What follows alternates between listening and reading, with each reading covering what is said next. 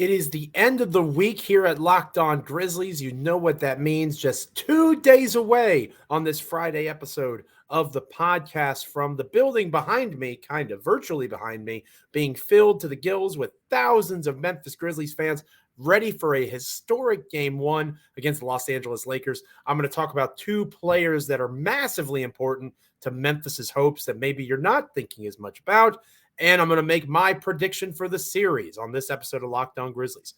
Let's lock in. You are Locked On Grizzlies, your daily Memphis Grizzlies podcast. Part of the Locked On Podcast Network, your team every day.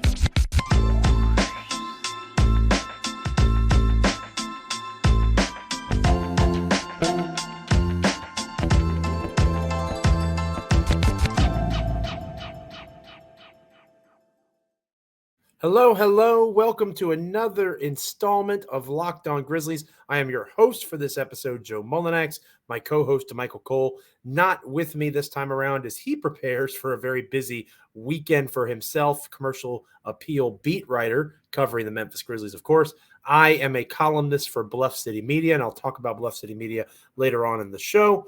I also write over at SB Nation and FanDuel, but chances are, if you're checking in with this podcast, you don't necessarily care as much about that regarding me. You care about Grizzlies-Lakers coming up starting this Sunday, and we're going to break all that down and then some on this special episode of Locked On Grizzlies. This episode of Locked On Grizzlies is brought to you by FanDuel Sportsbook, the official sportsbook of Locked On. Make every moment more. Visit FanDuel.com/LockedOn today to get started. We are proud members of the Locked On Podcast Network here, your team each and every day. We are free and available wherever you get your podcasts. You can also check us out over on YouTube.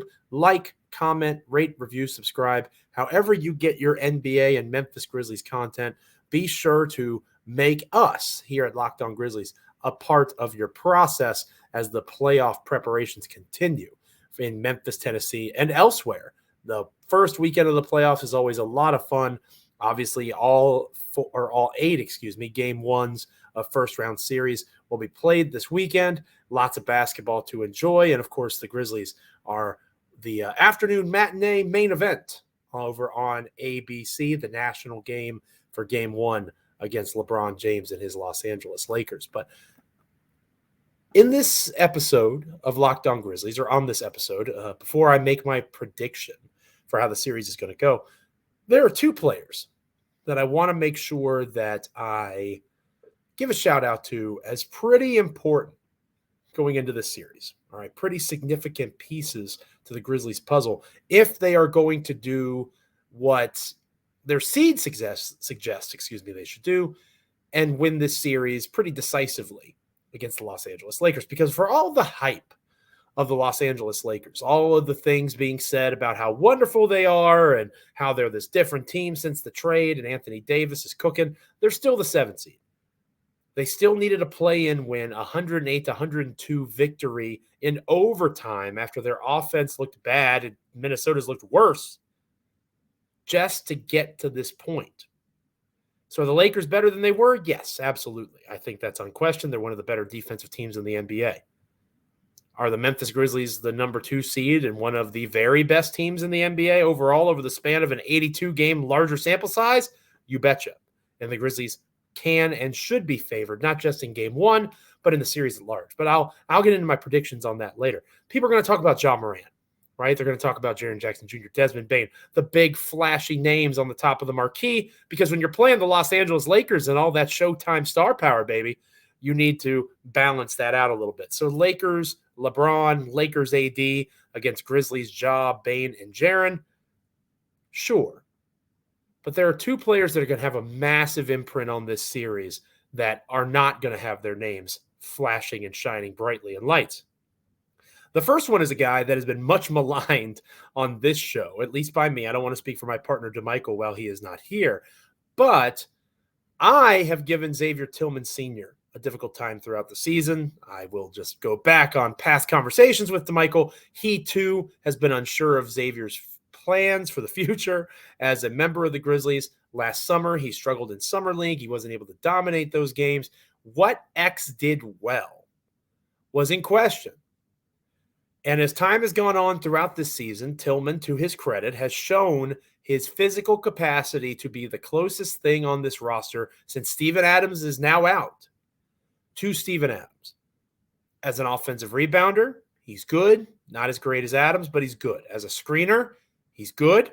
Not as great at it as Steven Adams, but he's good. He has the capacity to do some of the same things that Steven Adams is capable of doing, allowing for a lot of the schemes and ideas that Memphis has installed throughout the course of this season to still be implemented even without the big Kiwi out there. However, where Tillman is better at times than Adams is in his switchability, and we'll talk more about that here in a moment, and where Tillman needs to improve in terms of his physical capacity compared to what he has done in the past is his passing. And we'll talk more about that here in a moment. But the first piece I want to talk about when it comes to Xavier Tillman is his switchability defensively, because that is a valuable piece to this conversation. With Xavier Tillman in the fold, the Memphis Grizzlies bring a wrinkle defensively that Steven Adams simply doesn't bring, and it makes Memphis that much more difficult to deal with on the defensive side of the floor. They are in a position where Xavier Tillman, Jaren Jackson Jr., assuming those guys start, they can switch on and off. They can pick up ball handlers, at the point of attack on the perimeter where necessary.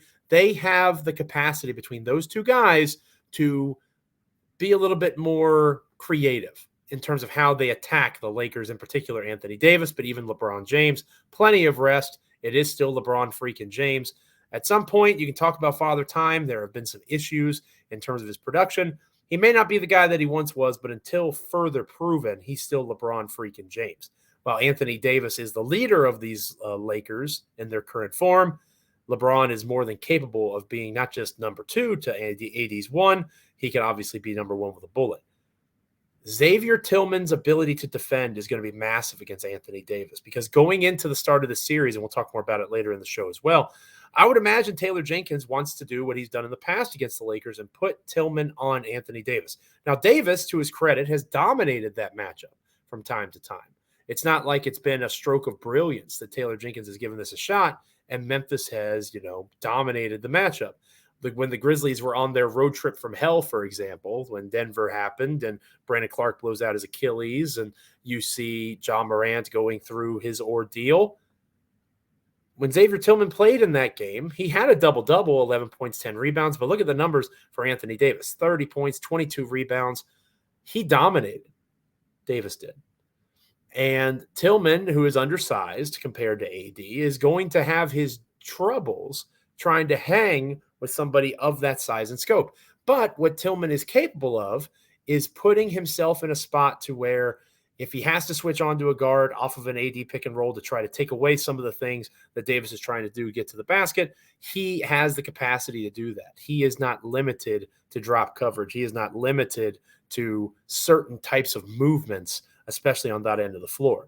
So Tillman's versatility, even though he may struggle at times with AD, and I'll talk more about a key to trying to help Tillman with that later on in the show, but his versatility, being able to cover multiple positions, that's a strength. Something that I'd like to see Tillman get back to a little bit more aggressively is his passing. While he has not been a bad passer this season, he certainly had better seasons passing. Last season, for example, was a better season, 11.9% assist percentage. He's only gone down a little bit, 11.1. But again, you want to see that number go up and up, because for Steven Adams, that's something that he excels at, something that perhaps it wasn't an expectation for him to excel at, but he is more than capable of doing just that because of his passing ability, especially from the elbow. I would like to see that more from Xavier Tillman, giving him opportunities to cook in that way, get out on that elbow, pass the basketball, find open cutters like Desmond Bane, similar chemistry that Bane had with Adams. It's possible with Tillman. The frame might be different. The lines of sight might be slightly adjusted because of the size of Tillman compared to the size of Adams, but there is potential there. Tillman has shown himself to be a proper passer of the rock. Give him a chance to cook in that regard and put him in positions to facilitate for cutting Desmond Banes and John Morant and others. So Xavier Tillman is my first X factor, pun intended. He is someone that the Memphis Grizzlies are going to need to compete at a very high level against Anthony Davis on switches in terms of his ability to create offense, as the Lakers don't necessarily respect him and his own shot creating. If Tillman has a good series, the Memphis Grizzlies are going to win this game and win this series quick. Another player that is fairly significant that hasn't been talked about as much to Memphis's hopes in these playoffs is someone that we'll talk about next year on Locked On Grizzlies. But first, this episode of Locked On Grizzlies is brought to you by the Nissan Aria and Nissan's most electric player of the week. The Grizzlies haven't played in a while, so you know who I'm going to make the player of the week? I'm going to make you the player of the week. Yeah, you big guy, you sweetheart, you whoever you want to be. You are the player of the week. Congratulations. So happy for you. Brought to you by the all electric 2023 Nissan Aria. Why are you the player of the week? Because you have been with DeMichael and I throughout the season. Hopefully you've checked out Locked On Grizzlies each and every day. You've become an everydayer here with us here at Locked On Grizzlies. You have been brilliant in terms of your maintaining of your podcast list. You have been elegant in how you enjoy this content each and every time that you tune it on. It is a powerful feeling when you are so capable of showcasing the ability to be productive while also informing your basketball mind and quenching your basketball thirst. You deliver on duality just like the Nissan Aria, a combination of beauty and strength within one SUV crossover. The 2023 Nissan Aria packs pin you to your seat power and premium intelligence all in one EV. The all-new, all-electric 2023 Nissan Aria, the EV for people who love to drive. Shop now at nissanusa.com. We're talking the next key Grizzly that is flying under the radar. Next here on Locked On Grizzlies. Stay with us. Welcome back to Locked On Grizzlies. I am your host, Joe Mullinax, flying solo on this episode of Locked On Grizzlies. DeMichael Cole of the Commercial Appeal there in Memphis, Tennessee. He will join me after Game 1 on Monday's edition of Locked On Grizzlies. So look forward to that after a nice weekend, hopefully, with friends and family. For you, you can watch the game on Sunday and then find us Monday morning on YouTube or wherever you get your podcasts. Or you can find DeMichael's work over at the Commercial Appeal. I would highly recommend that. Or you can become a Bluff City Media member, bluffcitymedia.co/join. Use the promo code Mullinax, 10% off an annual subscription, plus a 10-day free trial with that promo code. Check out my insider work, the work of all the great writers over at Bluff City Media. Again, bluffcitymedia.co/join. Use the promo code Mullinax for 10% off an annual subscription, as well as a 10-day free trial before that even kicks in. Great timing for the playoffs here. We talked about Xavier Tillman in the first segment, his ability to defend multiple positions, to not be out of place on the perimeter, at least in a momentary lapse or a momentary switch, whatever the case might be, how he needs to be a more willing and capable passer. He's going to have room to operate. They're going to give him space, and he is not a shooter. He's not a scorer. That's not his bag outside of maybe attacking off the dribble in the post. He has to find capable offensive weapons beyond what he is capable of doing. And a great example of that is Luke Kennard, somebody who has been a heck of a lot more important to Memphis than a lot of people thought he would be. Not me. I knew Luke Kennard would be extremely significant. You know why? Because Luke Kennard is a shooter. Shout out to Lil Wayne. And yes, I did almost hit that note. I do have a beautiful voice. Thank you so much for thinking that. Luke Kennard makes sure that if you don't have your hands up, you are going to be down in terms of the way you feel watching a Luke Kennard 3 go in. He was the NBA's most accurate shooter over the span of the regular season. He is one of the more prolific shooters in the history of the game in a small sample size since he came over from Los Angeles, shooting about 54% from beyond the arc on his attempts. That is phenomenal work, right? That is stuff that only the likes of Steph Curry, Klay Thompson, Desmond Bane, you think of elite shooters that are capable of doing those sorts of things. You don't necessarily think of Luke Kennard. Kennard has that ability. He just wasn't given a chance for whatever reason in Los Angeles with the Clippers before the trade to showcase that ability. Again, I have been very impressed with what Kennard is physically capable of doing. He has a little bit of a handle, enough that he can get to the basket, create a shot for someone else, and the opposing team has to respect his gravity. If they do not, he is going to make them pay. He has the passing chops. He obviously has the ability to drain threes from most areas of the floor. Having him out there both with and without Ja Morant and Desmond Bane lineups, that just helps the Grizzlies so much in terms of offensive efficiency and half-court offense.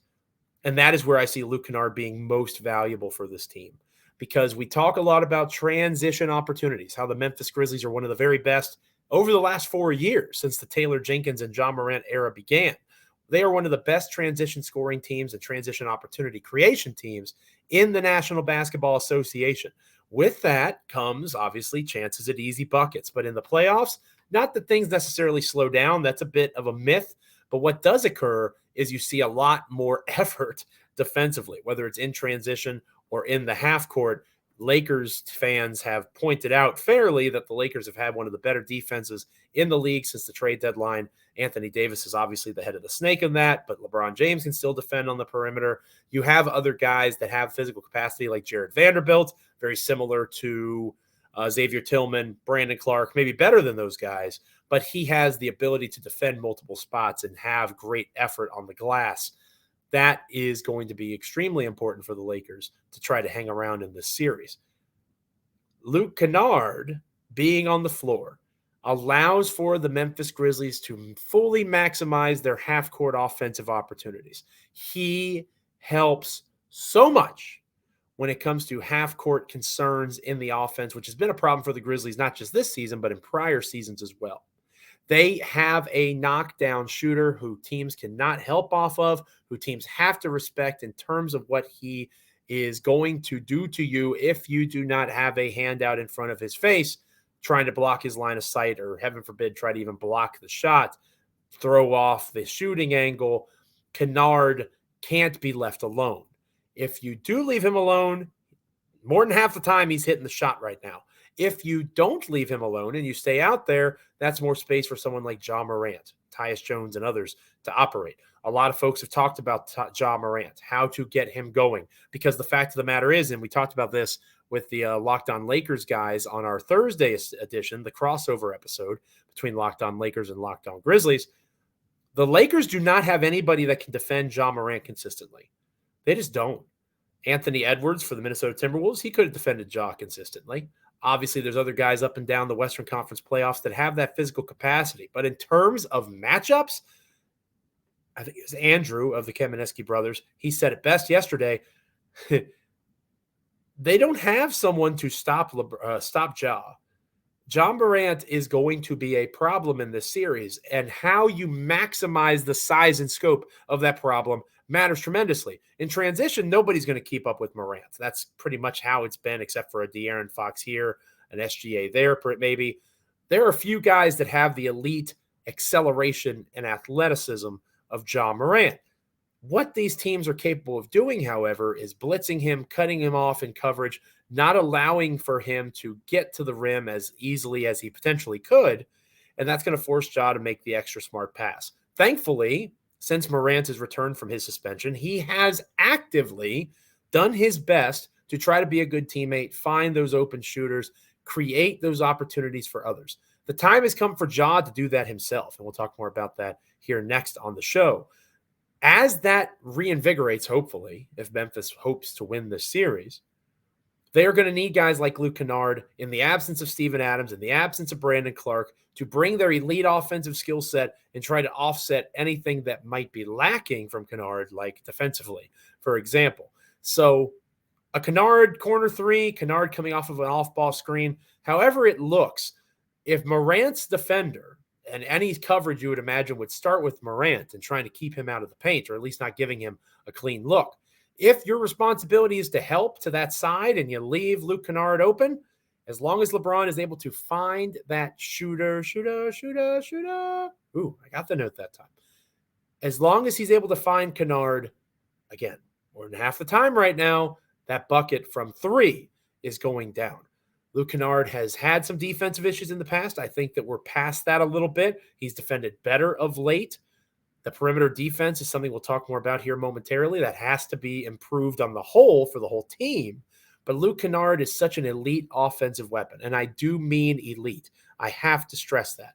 This is a guy who has scored the ball in a variety of ways. The Grizzlies' offense is so much better with him on the floor, and that's especially true in the half court. Kennard's not some elite athlete that's going to get out and run dominate in the transition game. He is someone that in a half-court set, you can run an off-ball screen for. You can do a quick little pick and roll, trying to kick to a weak side shooter off of it. There are so many different types of sets and looks that because of Kennard's offensive talent, it offsets some of his defensive shortcomings. And with Steven Adams out, Brandon Clark out, Jaren and Dylan are the two best defenders on the team.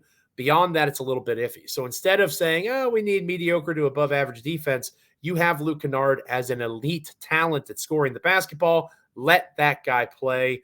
Give him a chance to show that he is worthy of being a major focus of this series. We've talked about the work of Xavier Tillman that's ahead. We've talked about now Luke Kennard and how important he is to the Grizzlies' half-court offense. When we come back, I make my prediction. I give my logic why the Grizzlies or the Lakers will win this upcoming series that begins on Sunday afternoon there in Memphis, Tennessee. But first, this episode of Locked On Grizzlies is brought to you by the delicious, nutritious Built Bar. Looking for a delicious snack? Don't want all the sugar and calories? You have to get the best tasting protein bar ever. Built. You got to try this. If you're like me, you want to make healthier snack choices. Built Bars and Built Puffs, they are healthy and they taste amazing. You have to give them a shot. You won't even believe that they're good for you. 100% real dark chocolate, real chocolate. That's right.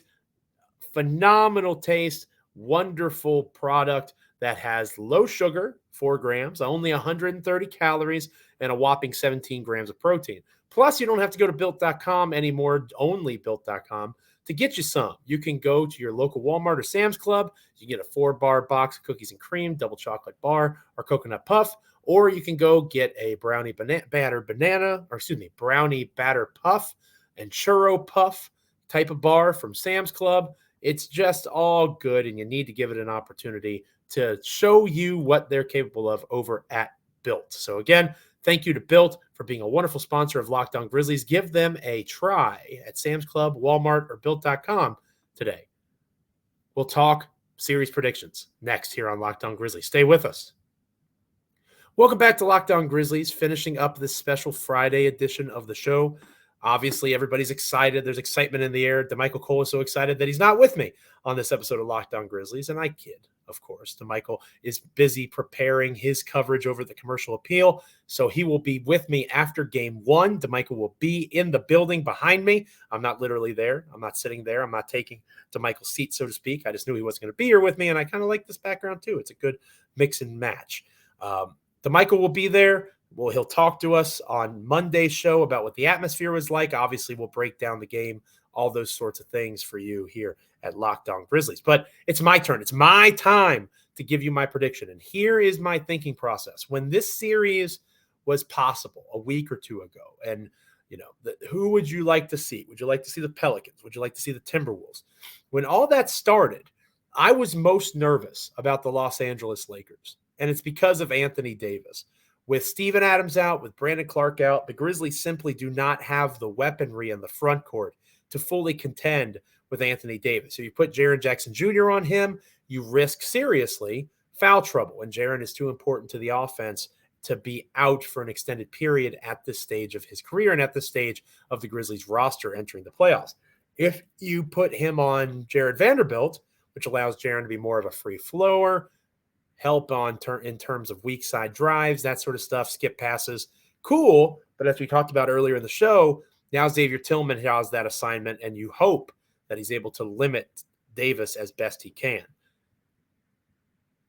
Anthony Davis is good, but he is not so good that it cancels out what the rest of the Memphis Grizzlies are capable of. And because of that, my official prediction is Grizzlies in 5. I think the Lakers will get one in Los Angeles, maybe Game 3. But I think Memphis is going to take this series in 5 games. And here's why. First and foremost, the Joe Morant factor. He has been one of the more dominant players against the Los Angeles Lakers in recent games, in recent years that he's played. They don't have someone that can defend him.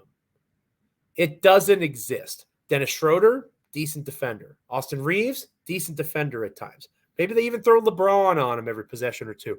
Be ready to see blitzing. Be ready to see hedging and coming up on these ball screens and pick and roll sets, forcing the ball out of his hands because they know that he is capable of burning them. He's done it before.